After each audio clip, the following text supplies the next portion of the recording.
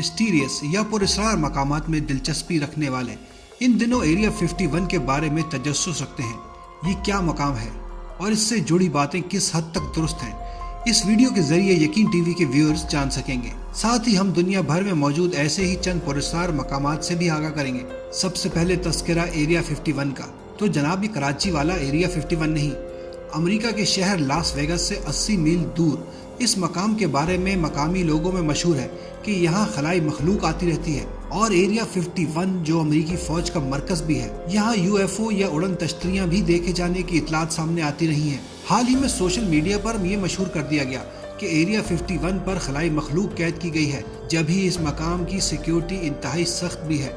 अब लोग social media पर कैंपेन चला रहे हैं कि एरिया 51 में कैद एलियंस को छोड़ा जाए। दूसरी जानिब अमेरिकी इंतजामिया का कहना है कि ये सिर्फ अफवाहें हैं।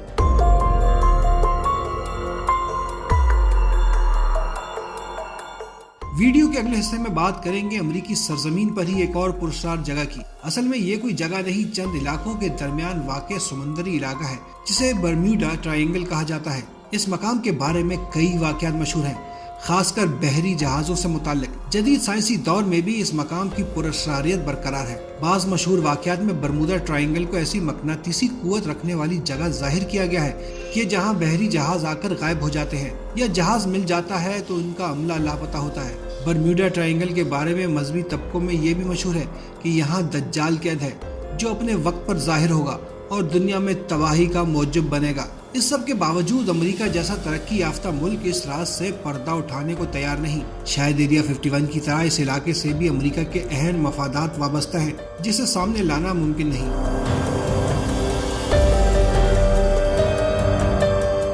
अब बात करते हैं एक गुमशुदा बर्रे आज़म की।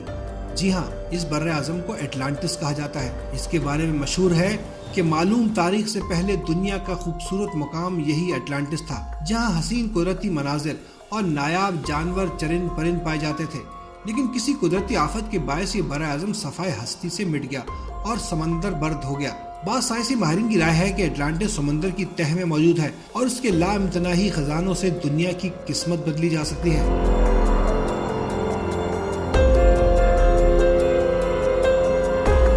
समंदर की तह से निकलकर बात करते हैं सहरा पर मौजूद एहराम की।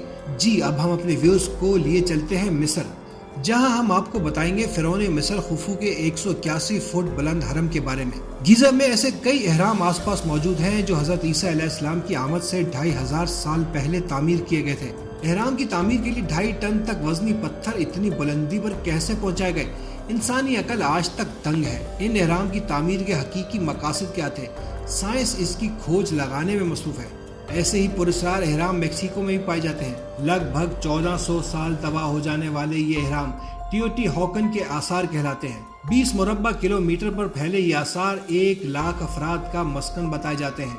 इनका ताल्लुक किस मजहब के लोगों से है, इस बारे में तहकीक की जा रही है। लेकिन चंद सौ बरसों से मजहब एस्टेक्स के लोगों ने इस इलाके को अपना मुकद्दस मकाम बना रखा है और इबादत और मजहबी रसूमात के लिए बड़ी तादाद में लोग यहाँ का रुख करते हैं।